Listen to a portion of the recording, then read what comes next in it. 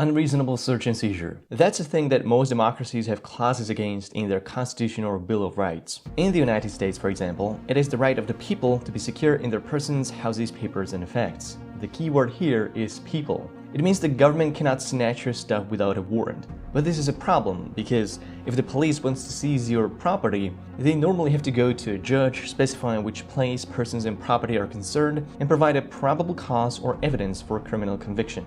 But the government was thinking, what if instead of charging the people, we charge their possessions? A very big brain idea. You see, you as a person have constitutional rights like presumption of innocence or right to an attorney. But your property doesn't have a right to an attorney. It's not even presumed to be innocent. This is fantastic. The only dilemma was, how do you call this loophole? Theft? Tyranny? State terror? Stop!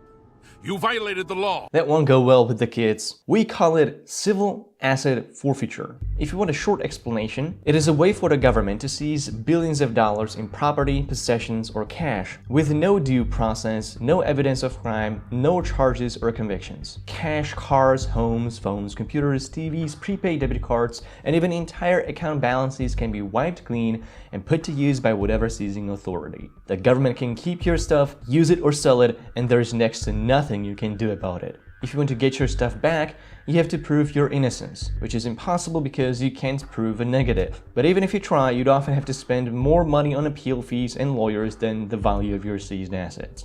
This sounds like a police state, but keep in mind, if it's in the United States, it cannot be police state by definition. It's law and order. Yeah! If you are here to understand the true scope of this nightmarish practice, don't mind if you fall into an endless spiral of anxiety and crippling depression. And speaking of crippling depression, have you noticed that I've never had any sponsors? That's because I want to remain independent, so if you'd like this channel to keep existing, please consider your support. Monero, Bitcoin, engagement, or Patreon, it all counts, so thank you.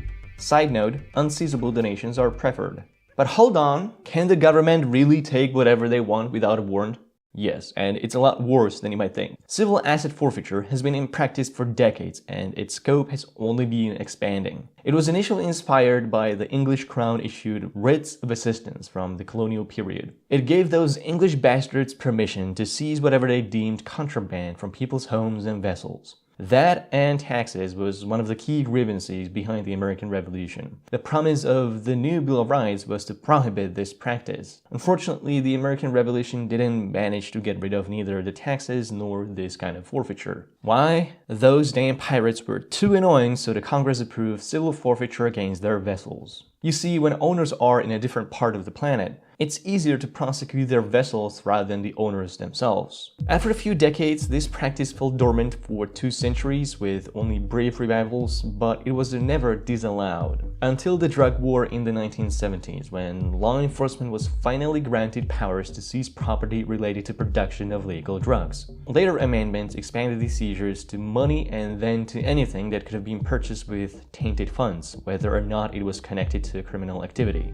Most people targeted with civil asset forfeiture used to be drug lords and bosses of organized crime. But here is an issue. If the police is focusing on illegal drugs, most they ever seize is drugs, which then have to be destroyed. Drug proceeds have no monetary value to law enforcement, but cash, electronics, guns, cars, real estate, all of that can be auctioned for sale or used directly by the police. So, to incentivize more policing, because that's a wonderful idea, in the beautiful year of 1984, literally, the Congress passed Comprehensive Crime Control Act that established equitable sharing. This permitted local, state, and federal officers and prosecutors to keep a large percentage of the seized asset and share them among each other. Since 9/11, civil forfeiture expanded once more to include all matters related to homeland security. And in the early 2000s, dozens of private companies began providing training to law enforcement at all government levels on how and what kind of assets to seize. From federal terrorist investigation to local traffic stop, police anywhere can seize property for any minor infraction or suspicion. And that's how we got to today,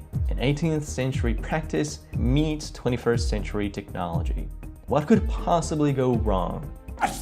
Civil forfeiture today can be authorized for literally anything. Underground gambling, minor traffic violations, cockfighting, dog racing, broken taillight, nothing at all, or just being an unwitting bystander. If a cop looks at you the wrong way, please bend over and spread those cheeks. Today's forfeiture targets are no longer drug lords or organized crime bosses, but your regular middle-class schmucks who've never had any trouble with the law. In most states studied, half of cash seizures are below $1,000. Gotta get those criminals off the streets, right? Well, no, you're only taking their stuff. The criminals can roam free, and they are not even criminals, they are just law-abiding citizens with no criminal charges filed against them. Trust me, this is not a police state. It cannot be. Mein Führer, was Sie da sagen ist ungeheuerlich. Civil asset forfeiture has grown to become a meticulously collaborative effort between different law enforcement agencies and private organizations. After the police seizes your property or cash, it goes to the judge where it is granted forfeiture, if it ever gets reported in the first place, and ownership is transferred to district attorney. The DA's office then splits the money or proceeds from the sale of your property with their own office and the local police. All of this can happen even if you were acquitted in criminal court or even before you had a chance to stand trial. Reports found that up to 81% of forfeitures resulted in no indictment. The most unbelievable part of civil asset forfeiture is that seizure of physical possession often happens when legal owners are not even present. It is estimated that between 50 to 80% of cars forfeited were not driven by their owners. So be careful who you lend your car to and pray to all gods it will never get stolen because you might lose it forever. Not to thieves, but to cops. Somehow the police manages to seize more assets from people than burglars. But come on, man! Surely, if the police officers know you haven't done anything wrong, they'll return everything back and all is fine, right?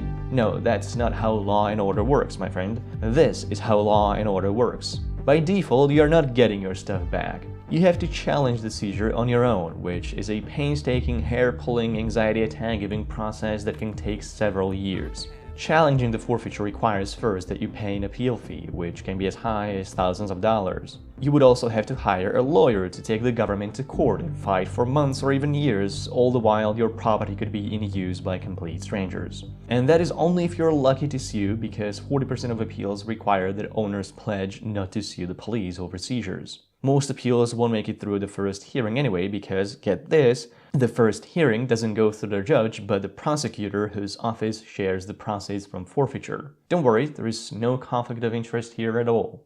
This is why less than 1 in 6 seizures are legally challenged. The police know this, so they often target assets valued at a lower cost than the defendants would have to pay to get them back. All the police have to say is they suspect the property of being connected to a criminal activity. The burden of proof is on you to provide evidence that your possession is legal and legitimate, which is often impossible. And even if you go through an appeal, in up to 2/3 of the cases, you're not getting your stuff back. In 43 states, police and prosecutors can keep anywhere from half up to all of the proceeds from civil forfeiture. But hold on, why is it possible that civil forfeiture works this way? Doesn't the Fourth Amendment protect you from unreasonable search and seizure? It does, to an extent, but the Bill of Rights applies to people. It doesn't apply to objects. You see, the government charges your property, not you as a person. As I mentioned at the beginning of this video, it wasn't just a meme. Even official court filings do not have your legal name, but rather the name of the seized assets. Incredible? Yes. Police state? Yes. The police have more than enough ways to bypass any oversight or legal limits on civil forfeiture in your state or local law. Under the Equitable Sharing Program, all they have to do is to call a federal agency like DEA or ICE, which then quote-unquote adopts the case, takes 20% of the proceeds of adopted seizures, and the rest goes to local police. No one asks any questions, and your forfeiture is now under federal law. In many cases, police and prosecutors are responsible for self-reporting with no additional oversight. And because they both benefit from seizures, they are incentivized to underreport or misreport their forfeitures, and many offices keep no inventory of forfeited items. As thousands of individual agencies across the United States are responsible for their own reporting, they often bury this information in budgets, court records, and annual reports. The true scale of this practice is thus unknown, but just for the Department of Justice, annual revenue gains from forfeiture proceeds went from $27 million in 1985 to $4.7 billion in 2012. The world should have ended by then, but unfortunately it didn't, because civil asset forfeiture continues to be a multi-billion-dollar venture for law enforcement. Introducing profit incentive into policing naturally opened the door for officers to begin abusing it for their own benefit. This structure is completely broken. In LA, reports found the police were prioritizing asset forfeiture over the safety of the general public. Records describe how officers would often wait for a drug sale to be concluded and then seize cash from the sale rather than the drugs. One sheriff in Oklahoma extorted $10,000 found in a car from two motorists in exchange for releasing them from jail, where the sheriff put them after finding the cash and arresting them for drug possession during a traffic stop. Were they ever charged? Absolutely not. In Detroit, cops routinely waited out minor misdemeanors and then seized cars during ticketing. Cars worth hundreds of times more than the actual fines. Disproportionate punishment? Yes. Police state?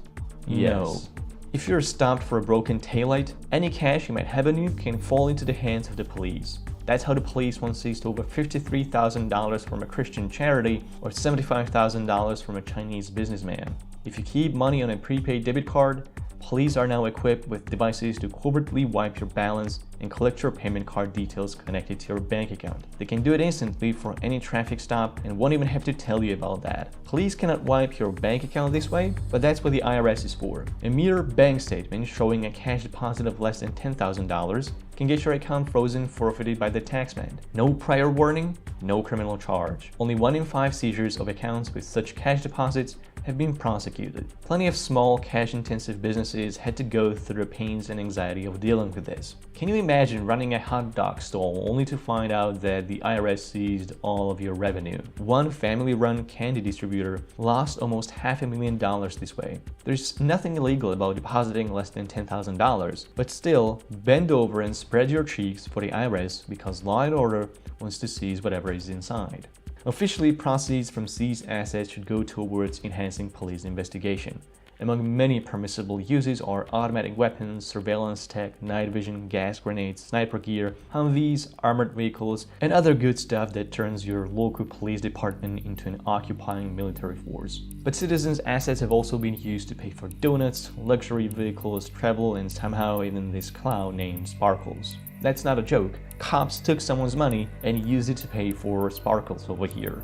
Police departments and prosecutors routinely write their own wish list for items they look to seize. Phones and jewelry are not worth it, but flat-screen TVs are very popular.